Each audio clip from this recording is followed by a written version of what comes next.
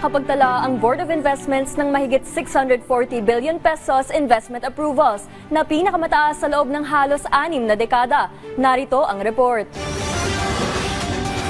Pumalo sa 640 billion pesos ang halaga ng mga investment approvals ng Board of Investments o BOI. Ito na ang pinakamataas o ang all-time high ng BOI sa loob ng halos 6 na dekada. Sa nakalap na tali mula Enero hanggang sa huling araw ng Mayo ngayong taon, kumpara nung nakaraang taon sa kaparehong panahon, 14% ang tinaas ng kabuuang investment pledges. Karamihan mga Filipino investors sa sektor ng renewable energy at power projects. Nakita natin ay may kinalaman doon sa energy and renewable power sector.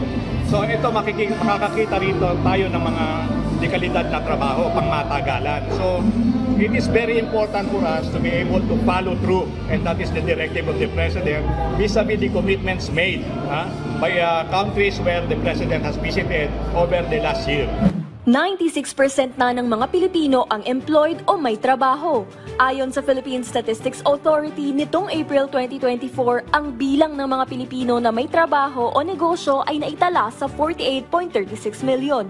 Unemployment and unemployment rates continue to decline to historically low levels. Ang mga industriya na may pinakamalaking dagdag sa employment ay ang accommodation and food service, sumunod ang construction, transportation, manufacturing at iba pa. Itong 96%, this is fifth highest, no? 1.7 million dito ay self-employed, and then unpaid family workers, nakita natin medyo substantially increase. Bumaba ang bilang ng mga unemployed o walang trabaho.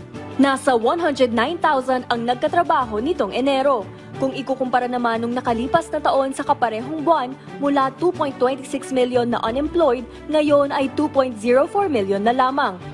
Aprobado na ang dagdag sahod.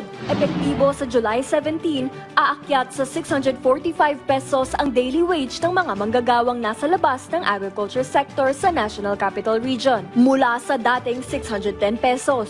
Sa mga nasa agriculture sector ay tataas naman mula 573 pesos hanggang sa 608 pesos ang daily wage. Ikinatuwa naman ito ng mga manggagawa, lalo't makakatulong ito sa kanilang gastusin bawat araw. Mas okay kasi makakatulong sa amin yun eh. Kasi nadadagdagan din yung pamasahe, mas okay kasi madadagdagan yung sahod namin. Magandang balita yan sa mga minimum wage talaga. Nakakatulong siya kasi yung cost of living kasi natin dito is tumataas, di ba? Kaya nakakatulong siya kasi yung maliliit na dagdag, yung mga 35 na yan, nagko-compound yan eh. Ayon nga sa ilan, every centavo counts. Halos 1 milyong negosyo na ang nagparehistro ng kanilang business name noong 2023. Ayon sa tala ng Trade and Industry Department o DTI, ito ay 5% mas mataas kaysa sa mga rehistro noong 2022. Ayon sa DTI, 88% ng business name registrations ay bagong rehistro lamang, habang ang 12% naman ay mga business renewal na. Sa bilang na ito, 78% ay isinagawa online habang 22% naman ang dinaan over the counter.